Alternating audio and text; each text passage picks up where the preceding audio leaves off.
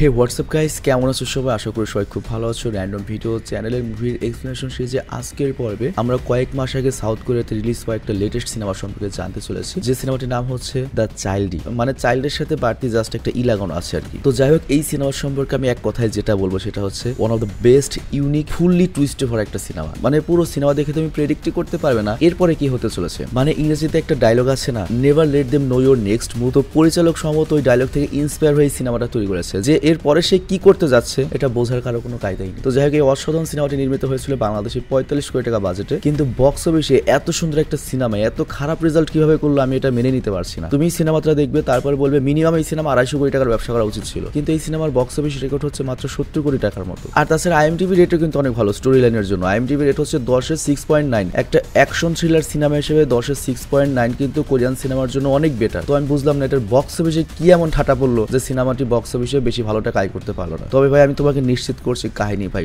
Wow, just wow. তো যাই হোক, বাড়তি কোনো কথা বাড়াবো না, সরাসরি আমরা মূল ভিডিওতে যাবো। তবে তার আগে যদি কোনো কমার্শিয়াল বিজ্ঞাপন থাকে তোমরা যেটা করবে, তোমরা ডিসক্রিপশনে যাবে, ডুরেশন থেকে ক্লিক করে মূল ভিডিওতে চলে যাবে, তাহলে তোমাদের অ্যাডভার্টাইজিংটা দেখতে হবে না আর কি। তো কোনো অ্যাডভার্টাইজিং থাকলে আমি প্লে করে দিচ্ছি, তোমরা চলে যাওয়া হচ্ছে মূল ভিডিওতে। হ্যালো বন্ধুরা, আজ আমরা এমন একটি অ্যাপ সম্পর্কে তোমাদের বলতে চাই যে অ্যাপটির অফিসিয়াল পার্টনার হচ্ছে পিএসজি। আর এখানে অনেকগুলো ম্যাচ খেলে ল্যাপটপ, আইফোন, স্মার্ট ওয়াচ ও আরও অনেক ক্যাশ প্রাইজ জেতার সুযোগ রয়েছে। আর এই অ্যাপটিতে সকল ধরনের লাইভ ম্যাচের রেজাল্ট দেখতে পারবে এবং এই ম্যাচের স্কোর অনুমান করে গেমও খেলতে পারবে, যেমন কোন টিম জিতবে, কোন টিম কত রান করবে, কে সর্বোচ্চ স্কোর করবে। এছাড়া বিভিন্ন ধরনের গেম রয়েছে, সেগুলো খেলেও ইনকাম করতে পারো। আর রেজিস্ট্রেশনের সময় আমাদের যে প্রোমো কোডটি রয়েছে রোনাল, এটা ব্যবহার করলে প্রথম ডিপোজিটে 26,000 টাকা পর্যন্ত বোনাস পেতে পারো। আর এই টাকা তুমি খুব সহজেই বিকাশ, ব্যাংক এবং অন্যান্য সহজ পদ্ধতির মাধ্যমে উঠাতে পারো। তো আর দেরি কিসের? ডেসক্রিপশনে প্রোমো কোড এবং পিন কমেন্টে প্রোমো কোড সহ সাইন আপ লিঙ্ক রয়েছে, সেটা ব্যবহার করো এবং ক্যাশ প্রাইজ জিতো। আর এখানে আরেকটা কথা মনে রেখো, আমরা যেই বিজ্ঞাপন দেই না কেন, অনলাইন থেকে টাকা আয় করা এত সহজ কোনো ব্যাপার নয়। তোমরা কোনো আর্থিক ক্ষতির সম্ভাবনা রয়েছে এমন কোনো ওয়েবসাইটে যাবে না। তো চলো এবার মূল ভিডিওতে চলে যাই।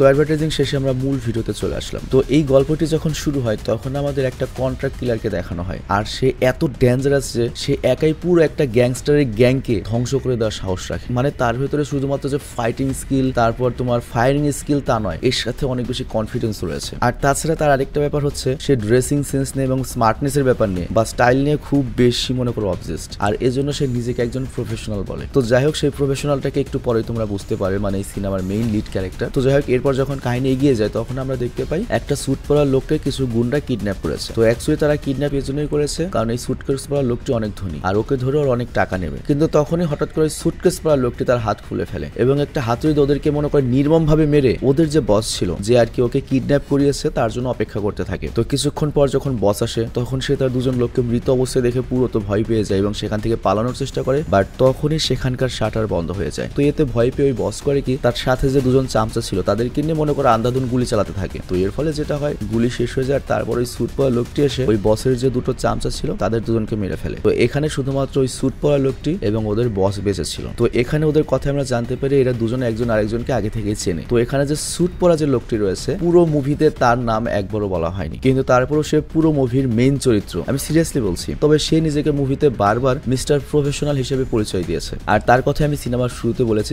যে সে খুবই একজন ডেঞ্জারাস কিলার। তো যাই হোক, সে টাকার জন্য মানুষকে অ্যাসাসিনেট করে এবং সে তার কাজে অনেক বেশি দক্ষ। তো এইখানে যে ঘটনাটা ঘটেছে সেটা হচ্ছে যে বসটাকে আমাদের মিস্টার প্রফেশনাল মারতে চলেছে, এই বস মূলত আমাদের মিস্টার প্রফেশনালের কাছ থেকে কিছু টাকা নিয়েছিল, কিন্তু টাকা ফেরত দেওয়ার বদলে একবার সিদ্ধান্ত নেয় কেননা আমি মিস্টার প্রফেশনালকে মেরে ফেলি, তাহলে আর টাকা ফেরত দিতে হবে না। মানে ব্যাপারটা হয়েছে অনেকটা ইয়ের মতো, ইরাক কুয়েত থেকে $10 মিলিয়ন ধার নিয়েছিল, কিন্তু কুয়েত যখন টাকা চেয়েছে তখনই করেছে কি ইরাক কুয়েতে গিয়ে আক্রমণ করে দিয়েছিল, মানে 1991 সালের ঘটনা আর কি। তো এরকম একটা ব্যাপার ঘটেছে। তো যাই হোক, এরপর আমরা দেখি ওই গ্যাংস্টার তাকে বলে যে আপনি আমার বাপ, আপনি আমার ভাই, আপনার টাকা আমি ফেরত দেবো, প্রয়োজনে আমি ডাবল টাকা দেবো, কিন্তু আমাকে ছেড়ে দেন। কিন্তু আমাদের মিস্টার প্রফেশনাল এখানে বলে যে কোনো কুত্তা যদি একবার খেপে যায়, বেইমানি করে ফেলে, সেই কুত্তাকে দ্বিতীয় চান্স দেওয়া কি ঠিক হবে? তো এই কথা বলেই সে করে কি, ওই বসের পায়ে গুলি করে এবং বলে তুই যেহেতু আমাকে বন্ধু বলেছিস তো আমিও তোর বন্ধু, তো বন্ধু বন্ধুর কাছ থেকে টাকা নিতেই পারে, তো তুই আমার কাছ থেকে টাকা নিয়েছিস সেটা আমি মাফ করে দিলাম, ঠিক আছে, ওই টাকা তোকে ফেরত দিতে হবে না। তো এখানে ওই বস তো খুশি হয় যে আমাকে মনে হয় ছেড়ে দেবে, কিন্তু আমাদের মিস্টার প্রফেশনাল করে কি একটা রেঞ্জ স্যুট পরে নেয় যাতে তার যে ব্র্যান্ডেড পোশাক পরা রয়েছে সেগুলো নষ্ট না হয়ে যায়। আর তারপরে গ্যাংস্টারকে স্ক্রু ড্রাইভার দিয়ে খুঁচিয়ে মানে ডেঞ্জারাস ভাবে মেরে ফেলে। তো যাই হোক এরপর মিস্টার প্রফেশনাল আসা হচ্ছে ফিলিপিন্সের একটা আন্ডারগ্রাউন্ড নিষিদ্ধ ফাইট ক্লাবে। মানে এতক্ষণ পর্যন্ত আমরা যে কাহিনীগুলো দেখেছি এগুলো সব ফিলিপিনেরই আর কি। আর তখন আমাদের মার্কো নামে একটা ক্যারেক্টারকে দেখানো হয়। আর মার্কো কিন্তু এই সিনেমার দ্বিতীয় সর্বোচ্চ গুরুত্বপূর্ণ ক্যারেক্টার আর কি। তো যাই হোক সে টাকার জন্য এখানে ফাইট করতো। তো এখানে আমরা মিস্টার প্রফেশনালের ভাব দেখে বুঝতে পারি যে সে অনেকদিন ধরে মার্কোর উপর নজর রাখছিল। তো যাই হোক মার্কো এই ফাইটে লড়াই করে জিতে যায় আর তারপর সে টাকা নিয়ে তার বাড়িতে ফেরত আসে। অনেক বেশি হামরি টাকা নয়, কিন্তু এই টাকাটাও তার কাছে অনেক বেশি গুরুত্বপূর্ণ, কারণ তার মা অসুস্থ এবং এত অসুস্থ যে তার পেছনে প্রচুর টাকার প্রয়োজন হয়। আর এখানের লোক ওদের জীবন অনেক বেশি কষ্টের। এর কারণটা হচ্ছে মার্কো একটা জারজ সন্তান, মানে ওর মাকে ওর বাবা প্রেগনেন্ট করে ছেড়ে চলে গিয়েছিল ওর জন্মের আগে, কিন্তু ওর মা ওকে ছাড়েনি। কিন্তু বর্তমানে সেই মা অনেক অসুস্থ, আর যদি ঠিক সময় তার একটা অপারেশন না করা হয় তাহলে সে মারা যাবে। তো এই জন্য মার্কো নিজের জীবন বাজি রেখে এত পরিশ্রম করে টাকা আয় করছিল, আর সাথে সাথে তার আপন বাবাকেও খুঁজছিল। হতে পারে তার আপন বাবা অনেক ধনী হতে পারে, যার সাহায্যে সে তার মাকে বাঁচাতেও পারে। মানে বুঝতেই পারছো একটা ছেলে ছোটবেলা থেকে বাবা দেখেন, ওর বাবার প্রতি কিরকম আগ্রহ বা কিরকম টান থাকতে পারে, বুঝতেই পারছো। তো যাই হোক পরের দিন আমরা দেখি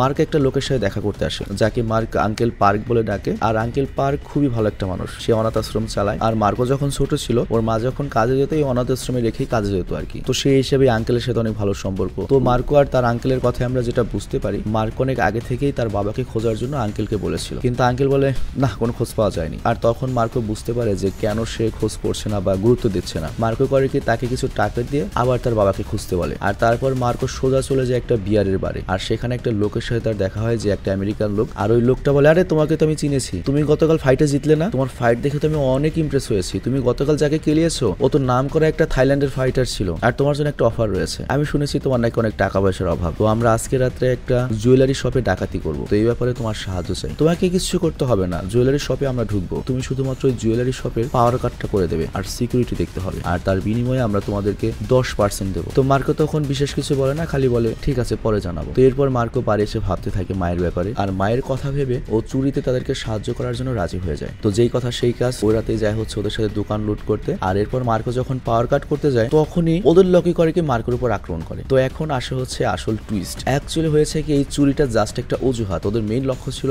মার্কোকে একবারে চিরতরে মেরে ফেলবে, কারণ ওই থাইল্যান্ডের ফাইটারকে যে হারিয়েছে এটা ওই থাইল্যান্ডের ফাইটারের ইগোতে লেগেছে, আর এই জন্য ওই থাইল্যান্ডের ফাইটার টাকা দিয়ে লোক পাঠিয়েছে মার্কোকে একেবারে ফিনিশ করে দেওয়ার জন্য। তো যাই হোক মার্কো অনেক মারামারি করার চেষ্টা করে নিজেকে বাঁচানোর জন্য, কিন্তু যেহেতু গুন্ডারার সংখ্যা অনেক বেশি ছিল তাই মার্কোকে সেখান থেকে পালাতে বাধ্য হতে হয়। আর দৌড়াতে দৌড়াতে সে একটা ফোর্ড মার্স্টেন গাড়ির সাথে এসে ধাক্কা খায়, আর ওই গাড়ি থেকে খুবই সুন্দর আর ধনী একটা মেয়ে বের হয়। আর ওই মেয়েটাকে দেখে মার্কোকে মারতে আসা লোকজন সেখান থেকে চলে যায়। তো যাই হোক তারপর আমরা দেখি ওই মেয়েটি মার্কোকে হসপিটাল নিয়ে যায় এবং মার্কোকে ব্যান্ডেজ করায়, আর সাথে সে ব্লাড টেস্টও করায়। তবে মার্কো ওই মেয়েটিকে খুব বেশি কষ্ট দিতে চাচ্ছিল না, কিন্তু তারপর মেয়েটি তাকে রিকোয়েস্ট করে যে না, আমার কারণে যেহেতু অ্যাক্সিডেন্ট হয়েছে এতটুকু আমাকে করতে দাও। আর তারপর ওই মেয়েটি অ্যাক্সিডেন্টের কারণে মার্কোর কাছে ক্ষমাও চায়, আর মার্কোকে কিছু টাকাও দেয়। আর মার্কো ওই টাকাটা আবার নিয়েও নেয় আর কি, মানে গরিব মানুষ, বুঝতেই তো পারছো। তো এরপর মার্কো হসপিটাল থেকে বেরিয়ে যখন আসে তখন তাকে আঙ্কেল পার্ক কল করে এবং তাকে বলে তোর বাবার খোঁজ পাওয়া গিয়েছে। তো এখানে একটা পয়েন্ট তোমাদের মনে রাখতে হবে যে মার্কো যখন হসপিটালে গেল তারপরে ওর বাবার খোঁজ পাওয়া গেল, এই পুরো সিনেমার লাস্টে যে টুইস্ট আসবে সেটা তোমাদের সবাইকে শক করে দেবে। তো যাই হোক এখানে ওই আঙ্কেল পার্ক আরো বলে উনিও তোকে অনেকদিন ধরে খুঁজছিল আর উনি খুব শীঘ্রই তোর সাথে যোগাযোগ করবে। তো এরপরের দিন মার্কো যখন তার মায়ের সাথে ছিল তখনই মার্কোর বাবার পাঠানো কিছু লোক সেখানে আসে, আর তারা মার্কোকে বলে তোমার বাবার শরীর অবস্থা অনেক খারাপ, আর এই জন্য তোমাকে দ্রুত তার সাথে দেখা করতে হবে, আর সে রয়েছে বর্তমানে কোরিয়াতে। আর এখানে তারা মার্কের জন্য পাসপোর্ট এবং তার মায়ের খেয়াল রাখার জন্য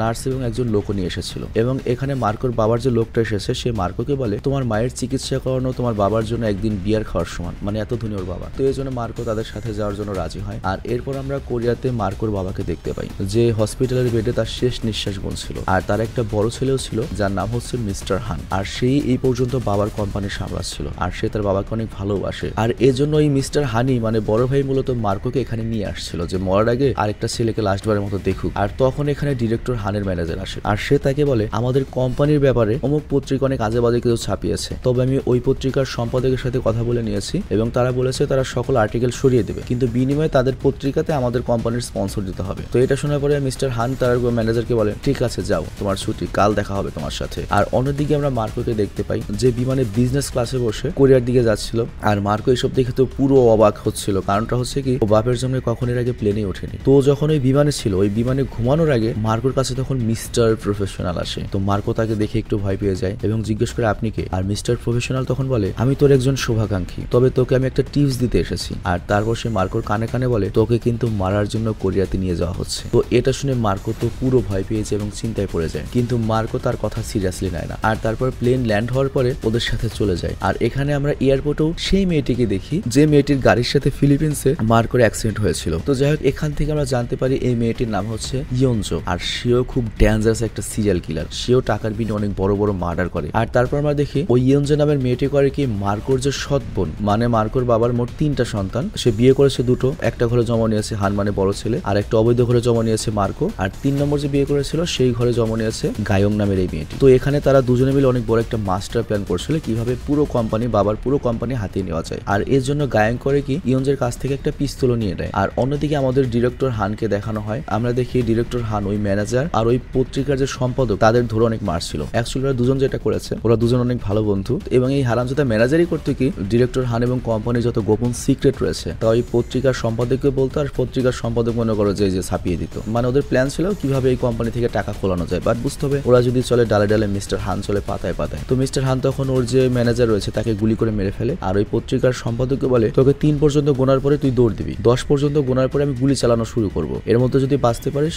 ফাইন। কিন্তু ওই লোকটা করে কি 3 পর্যন্ত গোনার আগেই 2 শোনার পরেই দৌড় লাগানো শুরু করে দেয়। তো এই কারণে ডিরেক্টর হান তাকেও গুলি মেরে দেয়। তো আমাদের এখানে বোঝানো হয় যে ডিরেক্টর হান কত ডেঞ্জারাস, কত নৃশংস। আর এদিকে আমাদের মার্কোকে দেখানো হয়, সে ডিরেক্টর হানের লোকেদের সাথে গাড়িতে করে যাচ্ছিল, দেখতেই পাচ্ছ। আর তাদের গাড়ির পাশাপাশি আমরা মিস্টার প্রফেশনালের গাড়িও দেখতে পাই। আর মিস্টার প্রফেশনাল তখন মার্কোর দিকে ইশারা করে সিট বেল্ট লাগাতে বলে। আর মার্কো সিট বেল্ট লাগানোর সাথে সাথে মিস্টার প্রফেশনাল করে কি গাড়ির ড্রাইভারকে গুলি করে দেয়। আর এর ফলে যেটা হয়, এখানে অনেক বড় একটা অ্যাক্সিডেন্ট হয়। আর তারপর মিস্টার প্রফেশনাল মার্কোকে নিতে আসা সকল লোকদের একবারে মেরে ফেলে। আর তারপর যখন মার্কোর জ্ঞান ফিরে আসে, ও তো এগুলো দেখে ভয় পেয়ে যায়। আর তারপর সে মিস্টার প্রফেশনালকে জিজ্ঞাসা করে তুমি কে, তুমি এগুলো কেন করছো? আর মিস্টার প্রফেশনাল এর উত্তরে বলে আমি তোমার একটা বন্ধু, আর এটাই আমার কাজ, তুমি আমার সাথে চলো, তোমার এটাই সবচেয়ে ভালো হবে। কিন্তু চিন্তা করো, একজন লোক মাত্র এতগুলো মানুষকে নৃশংসভাবে মেরে ফেললো, তার সাথে কিভাবে যাওয়া পসিবল? তো এই জন্য মার্কো করে কি সেখান থেকে পালাতে শুরু করে। বাট মিস্টার প্রফেশনাল তো ওকে এত সহজে পালাতেও দেবে না। আর সে তার বিলাসবহুল মার্সিডিস নিয়ে মার্কোকে তাড়া করতে থাকে। তো তাড়া করতে করতে ওরা দুজনে একসময় ব্রিজের কাছে চলে আসে। আর এখানে মিস্টার প্রফেশনাল আবারও মার্কোকে বলে তুমি ভয় পেও না ভাই, তুমি কতক্ষণ এভাবে দৌড়াবে, তার চেয়ে ভালো হয় তুমি আমার গাড়িতে এসে বসো, নিশ্চিন্তে থাকবে। কিন্তু মার্কো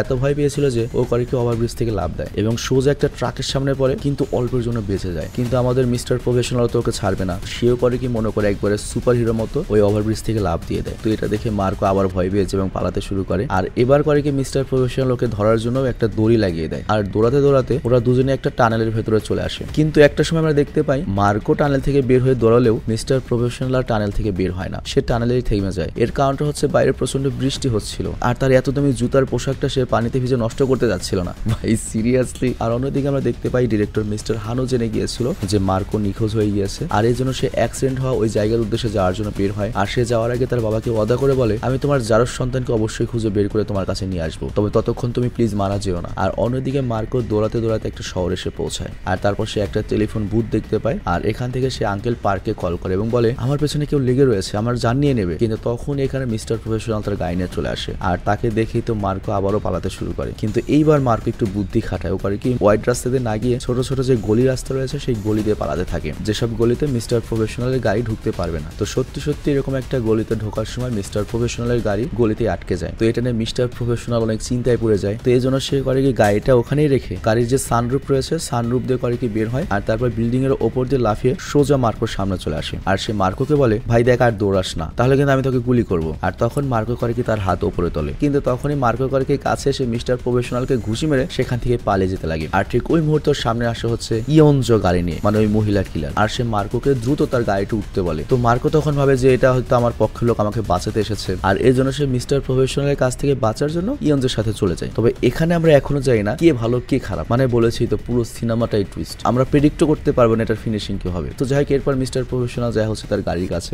গাড়ি বের করার চেষ্টা করে। কিন্তু তখন গাড়ি বের করার সময় ভাই গাড়িতে যে দাগগুলো লাগে এবং সাইডের একটা মিররও ভেঙে যায়। এ কারণে মিস্টার প্রফেশনালের দুঃখ মনে করো যে মন থেকে একেবারে কিডনি থেকে বিচি পর্যন্ত পৌঁছে যায়। আর মিস্টার প্রফেশনাল তখন বলে মার্কো পালিয়ে গেছে তাতেও আমার এত দুঃখ হয়নি, যতটুকু দুঃখ আমার গাড়ির একটা লুকিং গ্লাস ভেঙে গেছে এই জন্য হয়েছে। মানে চিন্তা করো যে লোকটা বৃষ্টিতে জুতা নষ্ট হবে, স্যুট নষ্ট হবে থেকে বৃষ্টিতে বের হয় না, মিশন বাদ দিয়ে দেয়, অ্যাবর্ট করে দেয়, তাহলে তার জিনিসের প্রতি তার কত মায়া। তো যাই হোক, ওদিকে আমরা দেখি মার্কো ইয়নজোর সাথে ছিল। তো মার্কো যখন ইয়নজোর দিকে তাকে তো পুরো শকড হয়ে যায়, কারণ এইটাই তো সেই মেয়ে ছিল যে মেয়ের সাথে ওর ফিলিপিনে অ্যাক্সিডেন্ট হয়েছিল এবং হসপিটালে নিয়ে গিয়েছিল। ও এখানে কিভাবে আসলো, কিভাবে জানলো আমি এখানে রয়েছি? তো মার্কো পুরো শকড হয়ে যায়, বুঝতে পারে এগুলো সবকিছুই প্রি প্ল্যান্ড। এবং সে ওই মেয়েটিকে জিজ্ঞেস করে তুমি কে, আর আমার পেছনে কেন লেগে রয়েছে, ওরাই বা আমার পেছনে পেছনে কেন লেগে রয়েছে। আর তখন ইয়ঞ্জো মার্কোকে জবাব দেয়, তুমি মারা যাওয়ার আগে সবই জানতে পারবে, কোনো সমস্যা নেই। তো এতে মার্কো তো আরো ভয় পেয়ে যায় এবং কনফিউজড হয়ে যায়। আর তখন আমরা দেখতে পাই সামনে থেকে মিস্টার হানের যে বেন্টলি গাড়ির বহর সেটা আসছিল। আর ঠিক ওই মুহূর্তে তারা ইয়ঞ্জোর মাসেরাতিতে মার্কোকেও দেখে ফেলে। আর এই জন্য ওরা করে দ্রুত গাড়ি ঘুরিয়ে ইয়ঞ্জের পিছু করতে থাকে। আর পেছন পেছন আমরা দেখি মিস্টার প্রফেশনালও চলে আসে। তো এর মানে এখানে টোটাল 3টা পক্ষ রয়েছে, সিরিয়াসলি। তো যাই হোক, আমরা দেখতে পাই সে সবাইকে ওভারটেক করে ইয়ঞ্জোর গাড়ি পাশাপাশি চলে আসে এবং ইয়ঞ্জোর দিকে তাকিয়ে থাকে। আর ইয়ঞ্জো তখন মিস্টার প্রফেশনালকে ইশারা করে, বেটা সামনের দিকে তাকা, সামনের দিকে তাকা। কিন্তু বুঝতে হবে আমাদের মিস্টার প্রফেশনাল টু মাস প্রফেশনাল, টু মাস পার্টের লোক, ও করে কি সামনের দিকে তাকাই না। কিন্তু কি মনে করে জানি আবার সামনের দিকে তাকায়, তখনই দেখতে পাই সত্যি সত্যি তো সামনে একটা বিশাল ট্রাক রয়েছে। আর ঠিক অল্পের জন্য মিস্টার প্রফেশনাল পার্ট নিতে গিয়ে মরার হাত থেকে বেঁচে যায় আর কি। তো এই জন্য অতিরিক্ত সবকিছুই খারাপ। তো যাই হোক, এখানে আমরা দেখতে পাই ইয়ঞ্জো কিন্তু সবাইকে ওভারটেক করে মার্কোকে নিয়ে একটা জঙ্গলে চলে আসে। আর এখানে সে মার্কোর সকল কনফিউশন দূর করে। মানে এই সিনেমার আসল টুইস্ট আসে। সে বলে, এতগুলো গাড়ি তোমার পিছু এজন্যই করছে, এর কারণটি কি জানো? তোমার বড় ভাই মিস্টার হান আর তোমার বাবা হচ্ছে এই দক্ষিণ কোরিয়ার সবচেয়ে বড় ধনী ব্যক্তি, সবচেয়ে বড় গ্রুপ অফ কোম্পানির মালিক, এবং তার কোম্পানির আন্ডারে 100টা সাব কোম্পানি রয়েছে এবং সে ডোনেশন করে 5060টা তো স্কুল কলেজই করেছে, হসপিটালই বানিয়েছে 500টার মতো, এবং তার $25 বিলিয়ন সম্পত্তি রয়েছে। কিন্তু সমস্যা হচ্ছে কি, তোমার বাবার হাতে মাত্র 2 থেকে 3 দিন বাকি রয়েছে, কারণ তার হার্ট নষ্ট হয়ে গিয়েছে। আর সে যদি মারা যায় তাহলে তার সমস্ত সম্পত্তি পাবে হচ্ছে তার দ্বিতীয় স্ত্রীর মেয়ে গায়ং। আর এর কারণটা হচ্ছে কি, তোমার বাবার শরীর যখন অসুস্থ ছিল আর এরপর মাঝে মাঝে যখন জ্ঞান ফিরতো, ওই সুযোগ নিয়ে তোমার বাবার ছোট বউ এবং তার বাবা এবং তার মেয়ের ষড়যন্ত্র করে সকল সম্পত্তি ছোট মেয়ের নামে লিখিয়ে নেয়, যাতে তোমার বাবা মারা গেলে সেই সম্পত্তিগুলো মালিক ছোট মেয়ে হয়। কিন্তু যখন এটা ডিরেক্টর হান জানতে পারে তখন সে অনেক রেগে যায়। আর এর জন্য সে তার বাবার অবৈধ ছেলেকে খুঁজে, মানে মার্কোকে। কারণ মার্কো যেহেতু ওর বাবারই সন্তান, তাহলে ওর হার্টটা নিয়ে ওর বাবাকে রিপ্লেস করিয়ে দিলেই ওর বাবা সুস্থ হয়ে যাবে। আর ওর বাবা যদি সুস্থ হয়ে যায় তাহলে এই সম্পত্তি লিখে দেওয়া তো আর কোনো কাজে লাগবে না। তো এর ফলে যেটা হবে, এই সম্পত্তি ওদের বাপ বেটারই থাকবে এবং এই ষড়যন্ত্র সব ভেস্তে চলে যাবে। কিন্তু সমস্যা হচ্ছে কি, আমি তোমার ভাইয়ের পক্ষের না, আমি তোমার ওই বোনের পক্ষের লোক। আর এই জন্য আমার দায়িত্ব হচ্ছে তোমাকে মেরে ফেলা, তারপর তোমার হার্টের মধ্যে একটা গুলি করা, যাতে তোমার হার্টটা নষ্ট হয়ে যায়। আর এই কারণে আমাকে হায়ার করা হয়েছে। কারণ বুঝতেই পারছো, ওই বুড়োর যদি সার্জারি হয়ে যায় তাহলে তো তোমার বোনের হাত থেকে সকল সম্পত্তি বেরিয়ে যাবে। তো ইয়ঞ্জো যখনই মার্কোকে গুলি করতে যাচ্ছিল তখনই পেছন থেকে মিস্টার প্রফেশনাল এসে ওর গাড়ি দিয়ে একটা ধাক্কা মেরে দেয়। তো এর ফলে গুলিটা মিস হয় এবং মার্কো বেঁচে যায়। আর তারপর মার্কো ইয়ঞ্জোর সাথে লড়াই করে গাড়ি থেকে বেরিয়ে যায় আর জঙ্গলের দিকে চলে যায়। কিন্তু ইয়ঞ্জো লাগাতার ওর উপর গুলি চালাতে থাকে। কিন্তু এখানে যেহেতু মিস্টার প্রফেশনালও ছিল, এজন্য ইয়ঞ্জো করে কি এরপর মিস্টার প্রফেশনাল উপর গুলি চালাতে থাকে। বাট মিস্টার প্রফেশনাল বুদ্ধি করে কি গাড়িতে লুকিয়ে পড়ে। কিন্তু মিস্টার প্রফেশনালের মারাত্মক রাগ উঠে যায়, কারণ এই গুলি লেগেছে ওর গাড়িতে, ওর গাড়ি ছিদ্র হয়ে গিয়েছে। তো এখানে আমাদের মিস্টার প্রফেশনালের রাগ একেবারে আকাশ অব্দি চলে যায়। আবার ওদিকে ইয়ঞ্জোর গুলিও শেষ হয়ে গিয়েছে। আর এজন্য সে দ্রুত ম্যাগাজিন চেঞ্জ করতে যখন যায় তখনই দেখা যায় মিস্টার প্রফেশনাল ওর মাথায় বন্দুক তাক করে রয়েছে। আর তারপর মিস্টার প্রফেশনাল বলে, দেখো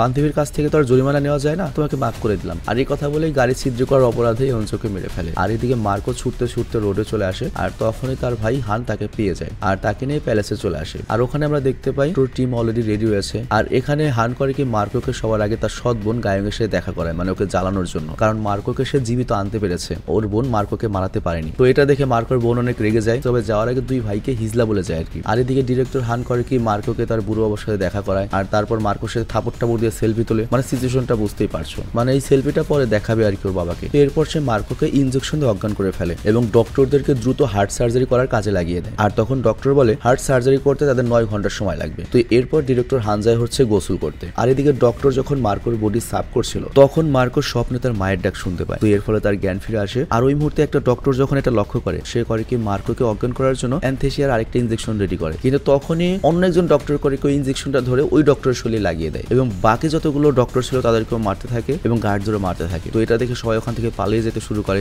আর তোমরা কি ধারণা করতে পারছো এখানে কে থাকতে পারে? অ্যাকচুয়ালি ডক্টর রূপে এখানে আর কেউ নয়, মিস্টার প্রফেশনাল এসেছে মার্কোকে বাঁচাতে। তো যাই হোক, এরপর মিস্টার প্রফেশনাল মার্কোকে ওঠায় আর সেখান থেকে যাওয়ার জন্য প্রস্তুত থাকতে বলে। আর তারপর মার্কো তার পোশাক পরে তার বাবাকে জিজ্ঞেস করে, কোন বাবা এমন হতে পারে যে নিজে বেঁচে থাকার জন্য তার নিজের ছেলের হার্ট বের করে নিতে চায়? আর এই জন্য তোমার প্রয়োজন ছিল, এই জন্য আমাকে খুঁজে বের করেছো। আর অন্যদিকে আমরা দেখি ডিরেক্টর হান গোসল করে যখন বের হয়ে আসে, সে সিসিটিভিতে ওদের দুজনকে দেখে ফেলে এবং পুরো পরিস্থিতি বুঝতে পারে। আর তখন সে অস্ত্রশস্ত্র নিয়ে লোকজনদেরকে নিয়ে দরজার সামনে চলে আসে। কিন্তু এখানে মিস্টার হান এসেই মিস্টার প্রফেশনালকে চিনতে পারে। মানে মিস্টার প্রফেশনাল তো অনেক ডেঞ্জারাস নাম করা একটা কিলার। তো মিস্টার হান তখন মিস্টার প্রফেশনালকে বলে ডিল করতে, মানে কত টাকা নেবে। আর এদিকে আমরা দেখি মিস্টার হানের ডাক শুনে মার্কোর বাবা করে কি মার্কোর হাত ধরে ফেলে। কিন্তু তখন মার্কো তার হাত ছেড়ে মিস্টার প্রফেশনালের কাছে গিয়ে বলে, তুমি এবার কি করতে চলেছো? আমাকে কি ওদের কাছে বিক্রি করে দিতে চলেছো? মিস্টার প্রফেশনাল তখন বলে, না, আমরা দুজন ওই দরজা দিয়ে বেরিয়ে যাব। আর এটা বলে সে মার্কোকে গান পয়েন্টে নেয়। আর তারপর সে মার্কোকে দরজার বাইরে নিয়ে আসে। তো এখানে আমরা দেখতে পাই ডিরেক্টর হান তার লোকদের সাথে নিয়ে দাঁড়িয়েছিল এবং সে আবারও ডিল করার জন্য অফার করে এবং এখানে মিস্টার হানের তরফ থেকে অফার ছিল হচ্ছে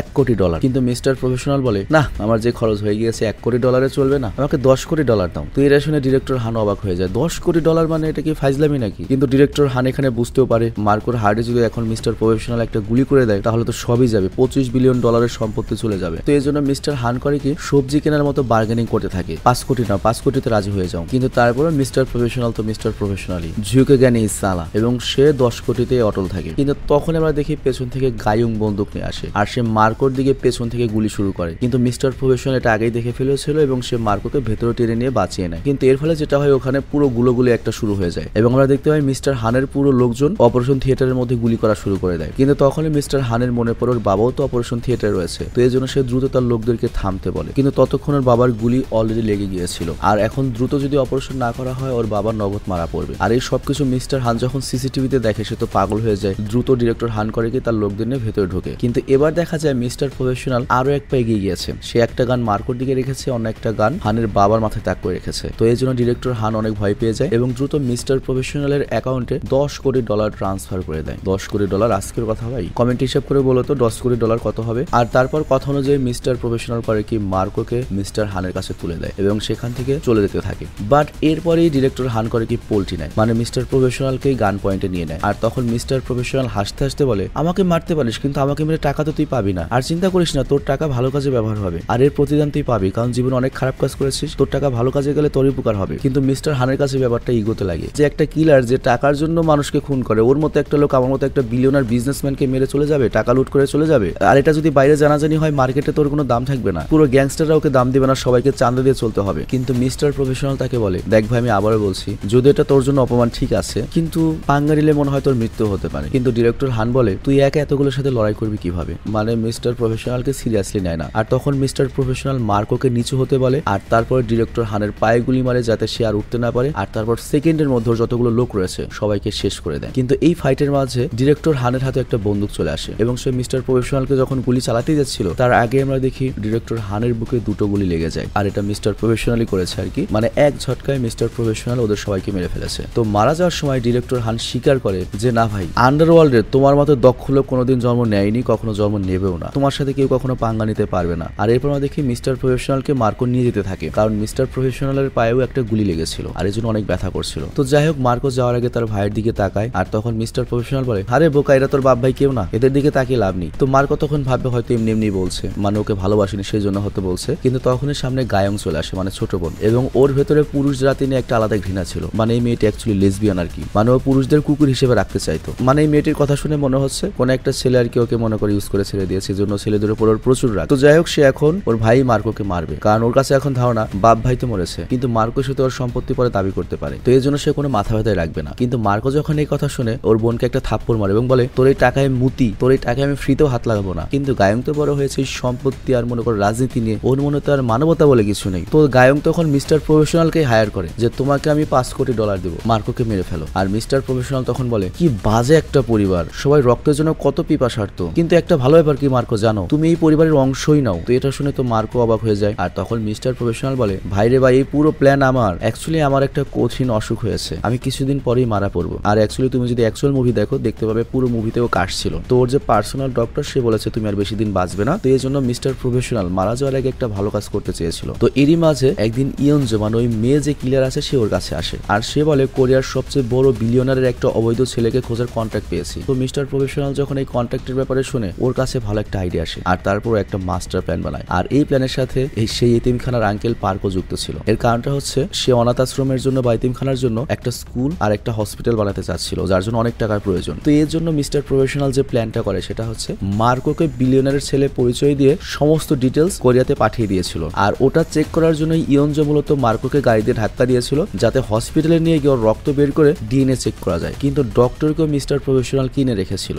আর এজন্যই ওই নকল রিপোর্টটা সেই ইয়নজোকে দিয়েছিল, যার ফলে সবাই বিশ্বাস করে নিয়েছে যে মার্কোই মিস্টার হানের বাবার অবৈধ সন্তান। তো এটা শুনে মার্কো তো পুরো শকড হয়ে যায় আর সে রেগে মিস্টার প্রফেশনালকে মারতে থাকে। আর মিস্টার প্রফেশনাল তখন তাকে বলে আরে শালা তুই রাখছিস কেন, আমরা এখন 1000 কোটি ইউয়ানের মালিক, মানে $10 কোটি তো প্রায় 1000 কোটি ইউয়ান হয়ে যায়, বেশি হবে আরো। তো যাই হোক, তুই চিন্তা করিস না, এই টাকা দিয়ে তোর মায়ের চিকিৎসা হবে, তোর হাইফাই বাড়ি থাকবে, গাড়িও থাকবে, তোর লাইফস্টাইলে চেঞ্জ হয়ে যাবে। কিন্তু তবুও মার্কো করে মনে করো রাগ ঠান্ডা হয় না, এবং সে মিস্টার প্রফেশনালকে বলে তুমি কি বুঝতে পেরেছো আমি কি সহ্য করেছি, কিসের মধ্যে দিয়ে এসেছি, আমি তো 7 বার মারা পড়তাম, আর তাছাড়া আমি ছোটবেলা থেকে বাবাকে দেখিনি, তুমি বুঝতে পেরেছিলে যে যখন আমি শুনেছি আমার বাবাকে আমি দেখবো তখন আমার কেমন লেগেছিল। তো মিস্টার প্রফেশনাল তখন বলে দেখ আমি সব জানি, আমিও তোর মতো একটা জারজ সন্তান, কিন্তু দেখ আমরা আমাদের বাবাদের কথা যতই ভাবি, জারজ সন্তানদের বাবারা কখনো তাদের সন্তানদের কথা ভাবে না, তোদের কথা ভাবার কোনো মানেই হয় না। তো এই কথা শুনে মার্কো অবাক হয়ে যায় আর মিস্টার প্রফেশনালকে ছেড়ে দেয়, আর এরপর তারা দুজন সেখান থেকে চলে যায় হচ্ছে ফিলিপিন্সে। আর এর কিছুদিন পর আমরা আঙ্কেল পার্ককে দেখতে পাই, আর সে তার অনাথ আশ্রমের জন্য একটা বিশাল বড় স্কুল বানাচ্ছিল, হসপিটালে হবে। আর মার্কো একটা নতুন দামি বাড়িতে শিফট হয়েছে এবং তার মায়ের চিকিৎসা হয়ে তার মাও সুস্থ হয়ে গিয়েছে। আর লাস্টে আমরা দেখি মার্কোর সাথে মিস্টার প্রফেশনাল দেখা করতে আসে এবং বলে তোর জন্য এত কিছু করলাম, বন্ধু তো হতে পারি তাই না? তো মার্কো বলে অবশ্যই। আর আমরা কিন্তু একটা জিনিস জানি মিস্টার প্রফেশনাল আর বেশি দিন বাঁচবে না। তো এরপর সে যখন তার ডক্টরের কাছে আসে,